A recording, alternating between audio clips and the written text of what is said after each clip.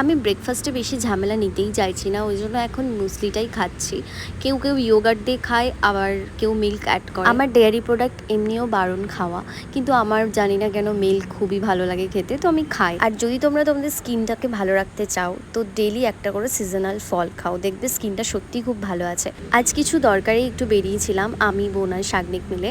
তো দরকারটা যেখানে ছিল ওখানে কিন্তু আমার স্কুল, মানে আমি যে স্কুলে পড়েছি, আর আমি স্কুলটা দেখে ভীষণই নস্টালজিক ফিল করছিলাম। মানে আমার ছোটোবেলার সব স্মৃতি মনে পড়ছিল এদেরকে দেখে। তবে একটা জিনিস দেখলাম যে স্কুলের ভেতরে কিন্তু অনেক কিছুই চেঞ্জ হয়ে গেছে।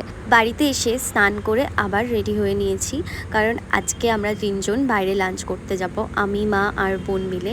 তো আমার বাড়ির সামনে একটা রেস্টুরেন্ট ছিল যেটার নাম কেসারি। ওখানে গিয়ে আমরা অর্ডার করেছিলাম একটা ভেজ থালি, আর সাথে পোলাও আর চিকেন কষা, আর লাস্টে বোধহয় এটা একটা মইতই অর্ডার করেছিলাম।